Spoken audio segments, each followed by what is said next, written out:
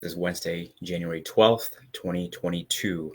Hope everyone has had an outstanding week so far. Ready to get the ball rolling on today's session. As a recap, this week we've been covering some important concepts on how we mentally map experiences, and yesterday how we see resistance in our lives and how we can overcome them. So today we're going to be exploring a little bit more into internal representations. And before I explain too much at the beginning, let's go ahead and dive in. I think doing this experientially will give us the best idea of what I really mean by this. So without much ado, let's dive in. As we always start, take 3 deep breaths and get ourselves centered and balanced. With each breath out, release any stress, any tension you might be holding anywhere in your body. And with each breath in, taking the positive energy around you.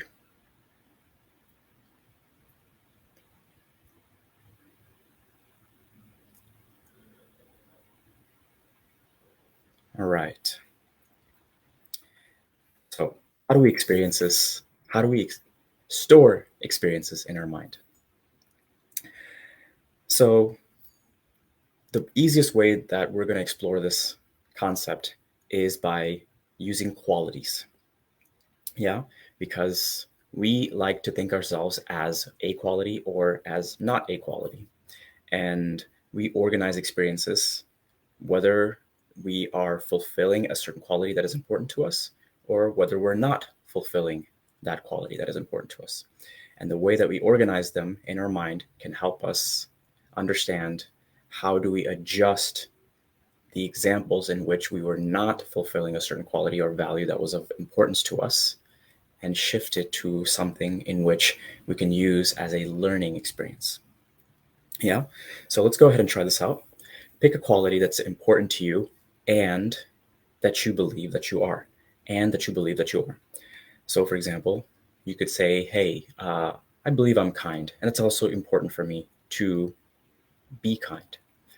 Or, I believe I am smart, and it's important for me to show that I'm smart. I believe I'm funny, and it's important for me to believe that I'm funny. Whatever the case is, you can pick whatever quality that you want.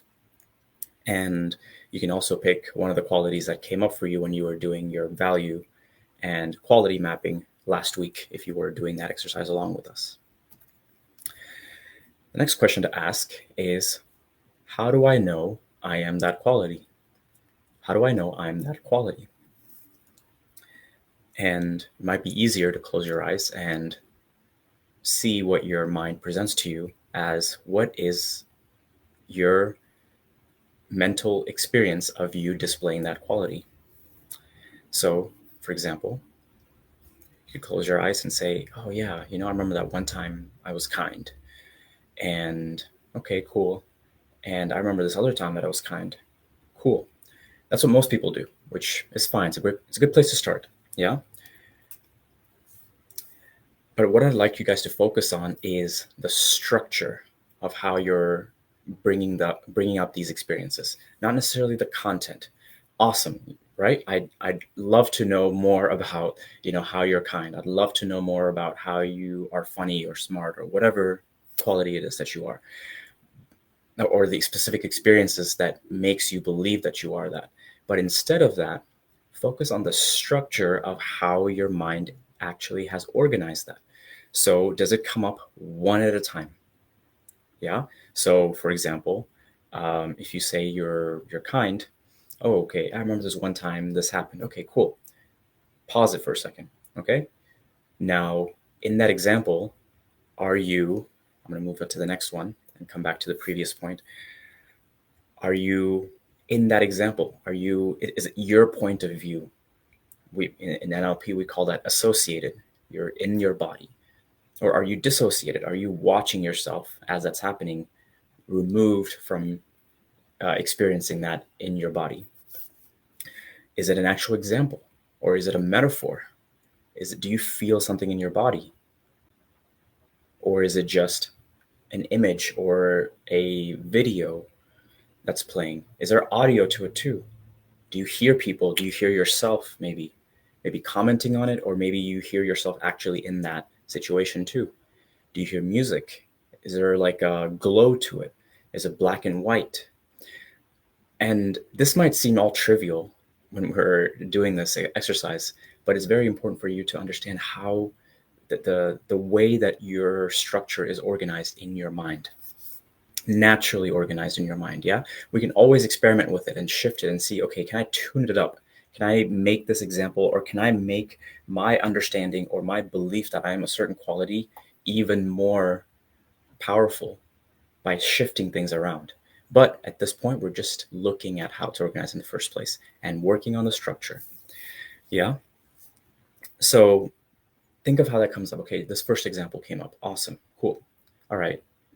Another example. Think of that. How does that come up for you? Is it coming up the same way? And think of where that example is. Are you in it? So if you're in it, like, are you fully immersed? And like, if you're looking around, it's almost like a VR. Yeah, you put on these the VR goggles, and you're like in that example fully, 100%. Is that what it is? Do you see maybe multiple examples at once? Maybe are you able to shift through pretty easily, or you have to kind of like, jump out of one and jump into another one? So think of how that comes up for you. And I'm assuming here in this example that I'm explaining that your visual, maybe it's just auditory. Maybe you just hear examples. Oh yeah, I remember like so and so said this, and then so and so said that, and that's it. And then you just hear like maybe voices on like one side of your ear, or maybe both sides of your ears, and you're just like, oh yeah, that's how I knew I was kind. Or like maybe you just feel like your heart open or something. You just feel like very light when you think of these examples. You're just like, oh yeah, this is how I felt when I was kind, and that's it, right? And there's no visual, there's no one speaking that you hear. So think of how this comes up for you. An easy way to expand your understanding or your belief about this quality, and this has worked for me really well, is to spend some time to really define for yourself what that quality means. What do I mean by that? Well, you can look up a dictionary definition of kindness and say, oh, it means whatever it says. But does that really resonate with you?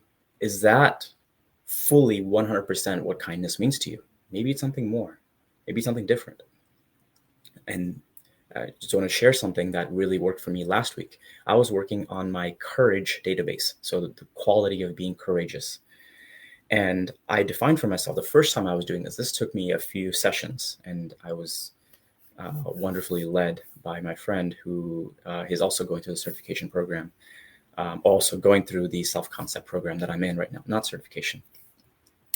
And he mentioned the first time that we're doing it, he asked me, hey, what does courage mean to you? And then I said some things like trust in the moment to do the right thing, accepting the world as it is and not trying to change it, seeing the beauty in the moment and acting according to my authentic self. Cool. Those are like good definitions that kind of resonated with me. Fine. The next time we did it, because we were doing a lot of work with that database, which I'm going to cover how to do that in these next few sessions. The next definition for me really resonated. It was imagine and commit to an unknown path, inviting change and uncertainty. That really resonated with me. I was like, imagine. For me, there is no courage without imagination. If I cannot imagine something that is greater, a bigger future, whatever it is about myself, about the world, about someone else, then there is no courage for me to tap into. So I need to have that imagination first, and then I need to commit to an unknown path. I don't know what the path it is to get to that imagined state of mind or imagined state of the world, but I am committing to that unknown path and inviting uncertainty into it. I was like, wow, okay, when did I display that in my life? It could be small things, it could be big things. Okay, so I saw more examples pop up. So that's just my personal example. So really define for yourself what that quality that you value means for you. And this is something that many people just don't do, right? Oh yeah, cool. I was kind there, or I was compassionate there, or I was, I was empathetic there, whatever. What does that really mean for you? Try that out. And then there's a lot of questions here that I'm asking on the slide. So take a look at these questions and see if you can understand your structure a little bit more. Next thing to go over is to see, are there any examples of when you were not that quality? We're going to explore this a little bit further tomorrow. Actually, the next few days we're going to explore this. But do you have any examples when you were not that quality? How did they show up? Yeah. So you had this example that came up of when you were kind, maybe. Okay, cool. Is there an example of when you were not kind that shows up? How does that come up for you? So ask yourself, how does me not showing kindness show up? How is it organized in my mental database? And see if it's in the same location. Are you also inside that image or that video or whatever the case is? You also hear audio if you were hearing it before. Do you also have a feeling in your body like you were before? Or you were not hearing those things compared to before? Is it more resonant, or is it louder? Is it more uncomfortable for you? See how that comes up for you. And just compare the two. We don't have to do anything today. We're just we're eliciting this for the first time, for many of you. And then over the course of the day, if you can, see if you can bring to mind more examples and strengthen this quality within yourself. And we're going to do this. This is something that we do in the 12-week program that I offer, is we're going to explore a certain quality that is a low-hanging fruit that's going to yield, hopefully, very solid results for the rest of, in all contexts of your life, and specifically the context which you want to work on the most. Yeah. So see if you can strengthen this quality by just defining for yourself better, and then just seeing how many examples you can bring up and seeing if they are all organized in the same fashion. You don't have to work so much on the negative ones, but you can still do that too, just to compare how they are. Try this out. And like I said, tomorrow we're going to explore the negative side of it. This does not seem as the last two, especially the first day when we talked about imprints and mental mapping. But this is a concept in which, if you understand how your database is organized, then it's almost like you're clearing up the clutter in your physical workspace. Yeah. Imagine if you have clean desk and, you have a clean, digital workspace too, things like that. You're doing the same thing with your mind and clearing things up, organizing them, putting them where they need to be, reorganizing the negative experiences into something that can serve you in a positive way. So it's a very tactical approach than just going within and just, seeing if things come up. So I really like this because even when I do meditation, I can focus on something. Okay, I was not this example. I was not this value or this quality that is of value for me. How do I change that? And that's what we're going to explore that over the next few days. Hope that makes sense. If it does not, please do let me know with any questions.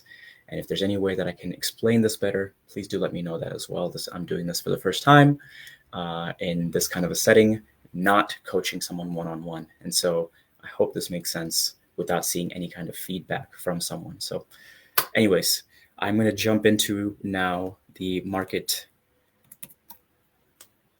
overview. We're just about to have the equity markets open here in a few minutes.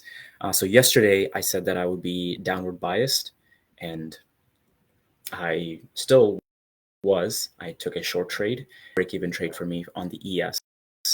And so no harm, no foul. But if you were following the markets, you saw how strong the buyer stepped in, and we were able to carry that all the way forth to well past 4,700 on the S&P. So I'll be looking at still short opportunities because we're bumping up towards the all-time highs now in the ES. The other two instruments that I trade actively, I should say, is gold and oil as well, both of which, if you guys can see the bottom two charts, or bottom left two charts here, GC and CL, those are also on a tear up, and that's something that I'll be watching. So if I'll be doing a little bit more analysis on this to see, where a good level is for me to jump in to go long, and that's what I'll be looking at today. So yeah, yesterday I just took two quick trades, one on CL, one on ES. Both were break even actually. So no harm, no foul. If I'm not donating money to the markets, it's a good day. But even more important, I was following my trading plan, which I am really proud of. So at the end of the day, that's all you can really count on is yourself to be able to take those small losses and take those runners long. And that's how you become profitable in the markets. That's it for me today. Hope that was helpful. I hope you guys have an outstanding day ahead. We'll see you guys out there tomorrow. Take care. Cheers.